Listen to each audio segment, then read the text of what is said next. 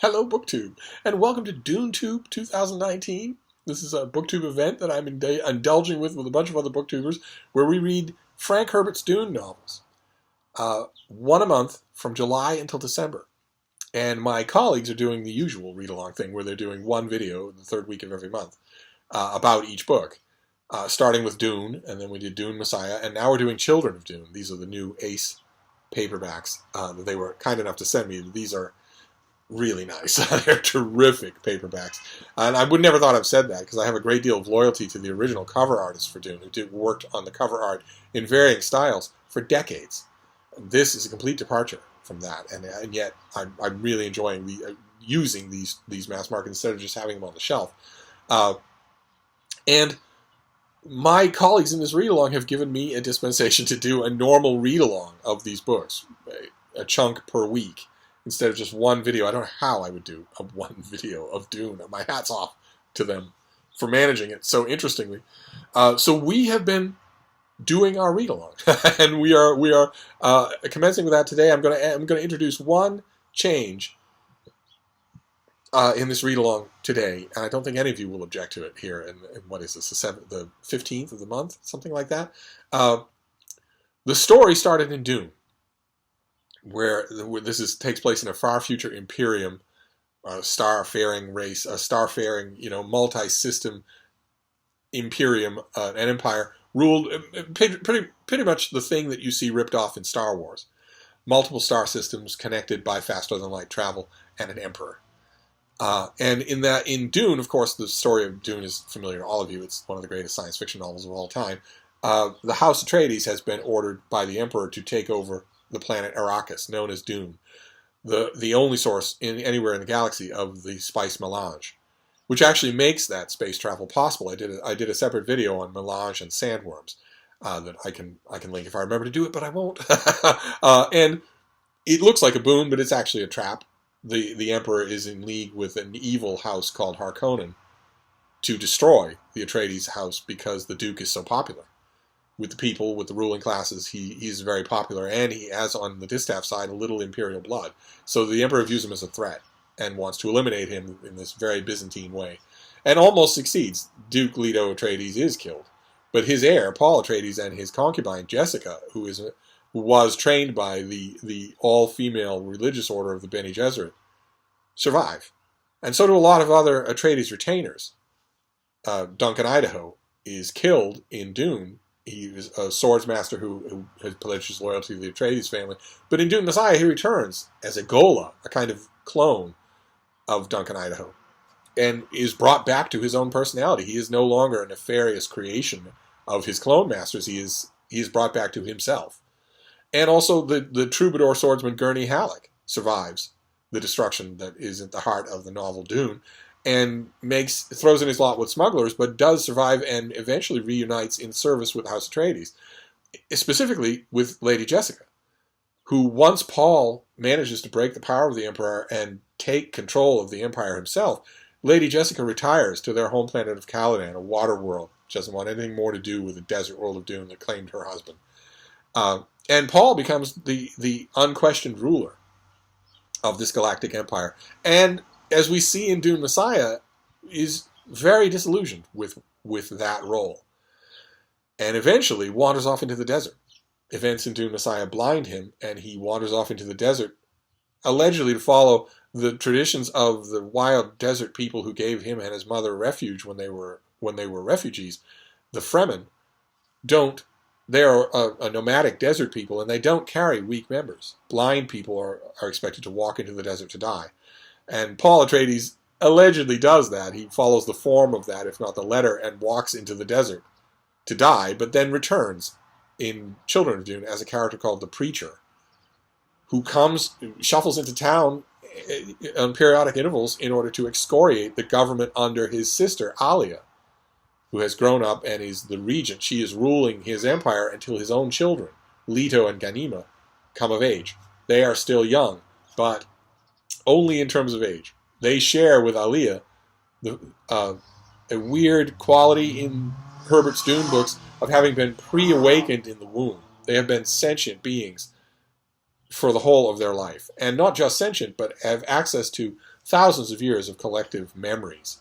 In Herbert's imagination, your genetic material contains a photographic and phonographic copy of everything that ever happened to the people who have any part of your genetic makeup.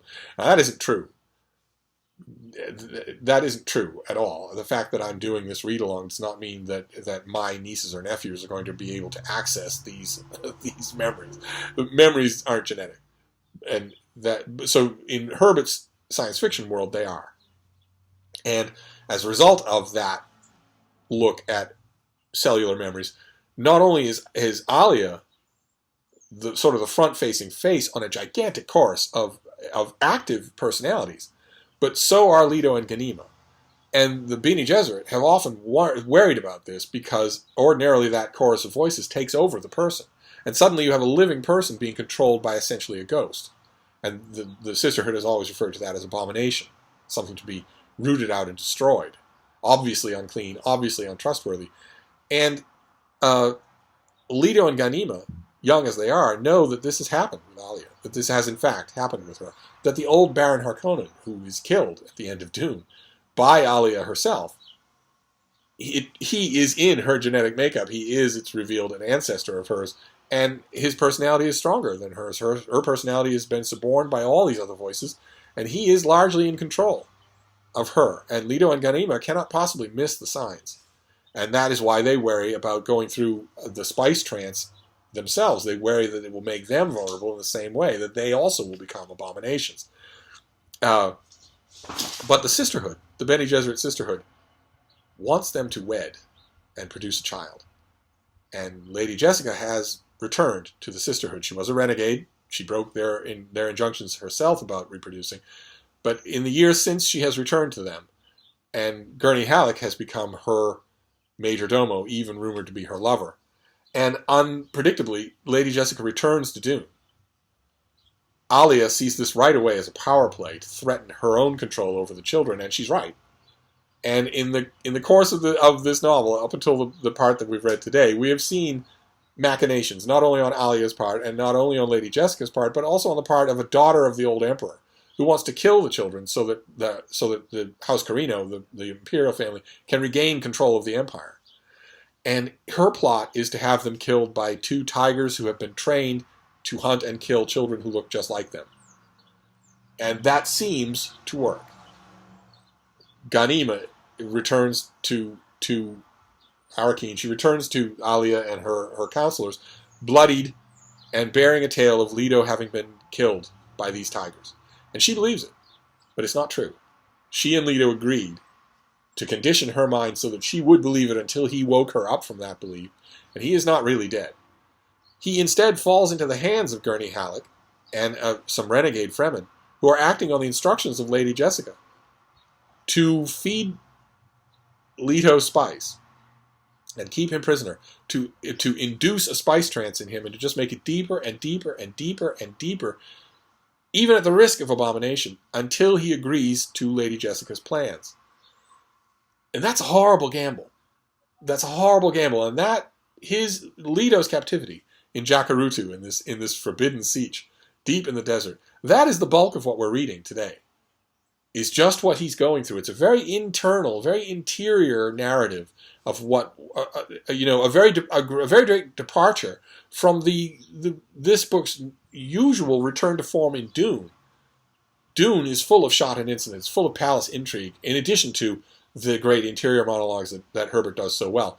And in Dune Messiah, the palace intrigue takes a distinct backseat to the internal philosophizing. That's what gave a lot of people an odd hop on that book. They didn't know what to make of it. And those people have often characterized Children of Dune as a return to form, as a return to the balance that characterized Dune. And it mostly is, but most of what we're reading today is not. Most of what we're reading today is Herbert taking us through Leto's internal struggles as he is constantly fed more and more spice.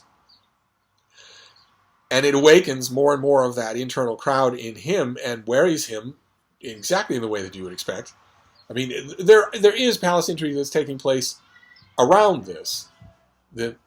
one member of House Carino is not so dumb. A character named Farad'n is very much interested in maneuvering rather than simply killing his way to power.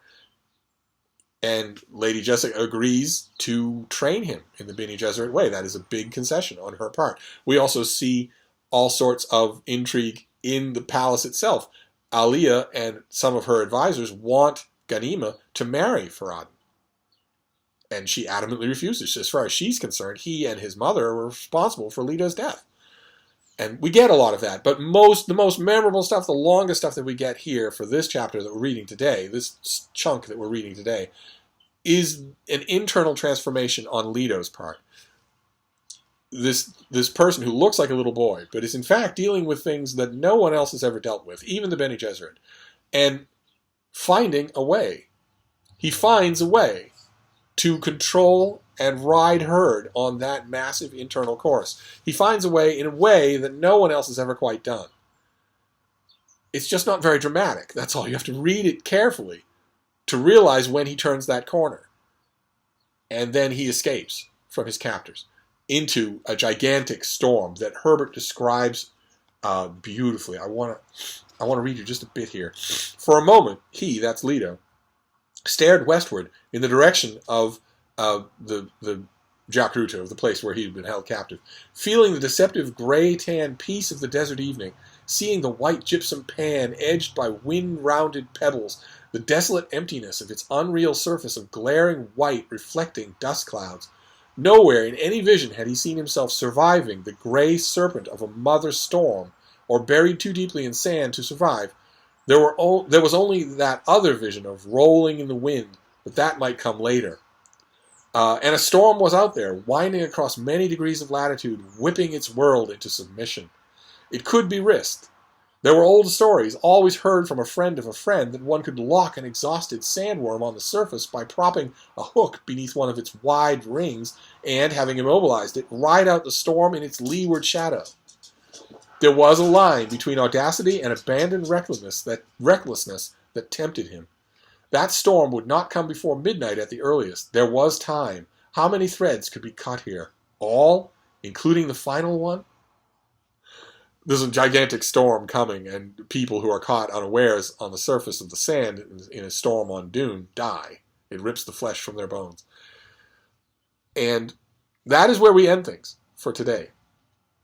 This was a very internal section of this book, and those of you who are reading it for the first time who maybe didn't like as much of that as you got in Dune Messiah might be worried that this book is going to lose its forward momentum despite a tiger attack and lots of palace intrigue. And that is not true. That is not true. The rest of the book, what happens to Leto in the rest of the book and the palace intrigue goes turbocharged from this point forward. And that's the suggestion, that's the change that I want to introduce into this read-along. It's a little difficult to splice up a Dune book. They don't have numbered chapters, and each edition is going to be slightly different in terms of pagination. But we've been sort of groping along, but here at the middle point of the month, I want to make a suggestion. I suggested what we do, I don't think any of you are going to find this very hard to do. I suggested what we do here at the mid-month is read the rest of the book. Between now and next Sunday. You're going to find it hard not to anyway. You're going to find it hard to stop. What I want to do next Sunday and the following Sunday is just talk about the rest of this book.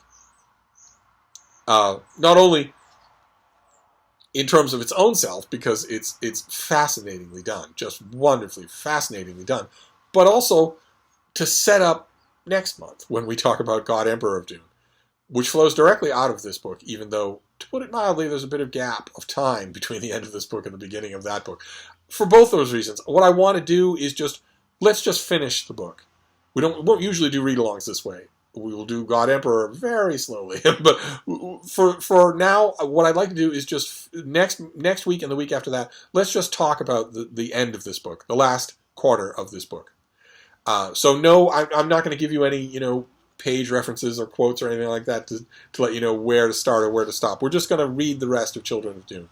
It rockets to its conclusion anyway, so you're not going to worry about that. And we will pick this up. Our next two read-alongs will just be about this book in general, and specifically about its ending. So I will wrap this up for now, but I will see you then. Thank you, BookTube.